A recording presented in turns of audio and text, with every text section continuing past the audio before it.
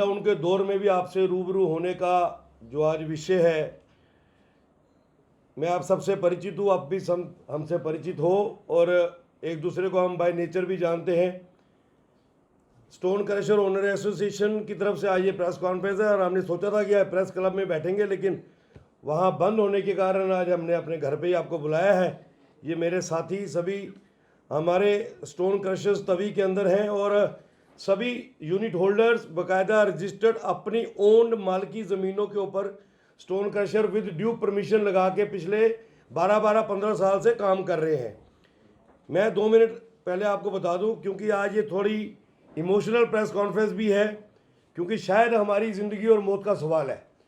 हो सकता है मैं भावुक हो के अनपार्लियामेंट लैंग्वेज भी इस्तेमाल करूंगा, लेकिन मेरा आपसे निवेदन है कि उसको छुपाइएगा मत।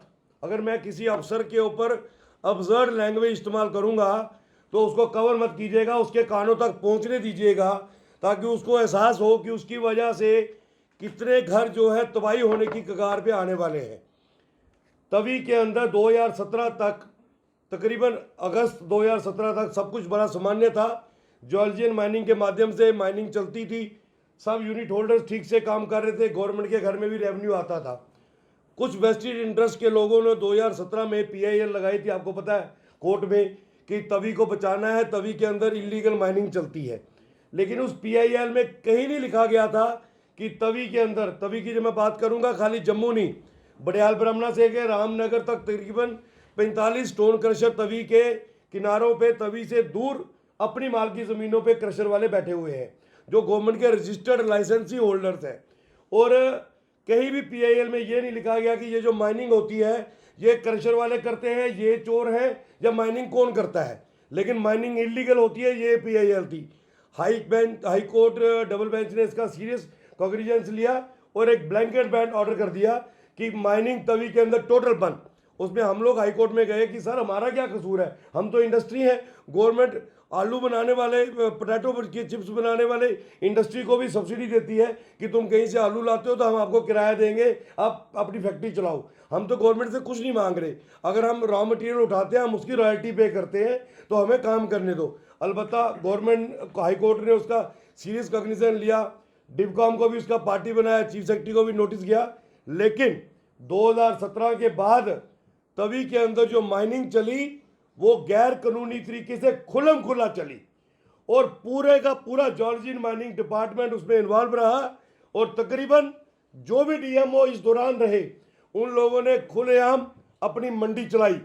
खास करके मैं कहूंगा साथियों, जो वर्तमान दौर में DMO जम्मू है, अंकुर सचदेवा, सही मायने में हरामजादा, नाली का कीड़ा, एक इतना घटिया इंसान। मैं तो उसके माँ बाप को भी कोसूंगा कि तुम कितने घटिया माँ बाप हो जिन्होंने इस कुत्ते को पैदा किया, जो कुत्ता जम्मू कश्मीर की मिट्टी को बेच रहा है। पिछले 2 सालों से तवी के अंदर जो माइनिंग हुई है, खास करके रिंग रोड का काम चल रहा है, अखनूर का 4 वे का काम चल रहा है, आपसे कुछ छुपा नहीं, तकरीबन 2700 करोड़ के काम चल रहे हैं।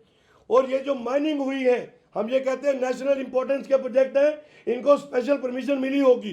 2 मिनट के लिए आपने इनको दे दी परमिशन, ये बाहर के लोग हैं, करोड़ों रुपए कमा के अपने घर चले जाएंगे। लेकिन जम्मू का जो इंडस्ट्रियलिस्ट, हमारे जैसा स्टोन क्रशर, और फिर वो गरीब एक ट्रॉली वाला, 2 खच्चरों और घोड़ों वाला जो भुखमरी के कगार पे आ गया, उसके घर में राशन क्या इस अंकुर सचदेवा का बाप डालेगा या मां डालेगी? इस अंकुर सचदेवा ने पूरी की पूरी तवी को बेच दिया है।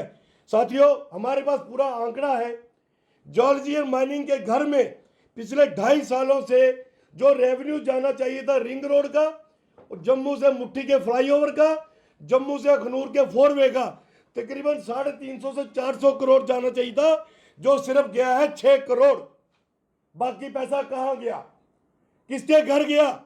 हमने DMO को पूछा, वो मुझे कहता मुझे ऊपर जवाब देना होता है, ऊपर डिवकॉम है, SSP है, SP है, SHO है, चौकी अफसर है, सारे मेरे से पैसे लेते हैं। मैंने इसलिए आपसे कहा कि ये बड़ी इमोशनल प्रेस कॉन्फ्रेंस है, मेरे किसी बात को आप छुपाना मत। मैं एक विधायक रहा हूं, एक जिम्मेवारी के साथ एलिगेशन लगा रहा हूं, ये फेक एलिगेशन नहीं है।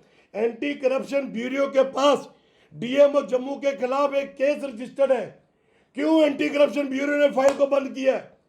एंटी करप्शन ब्यूरो के हेड अनिल जैन साहब बहुत ही शरीफ और ईमानदार आदमी है।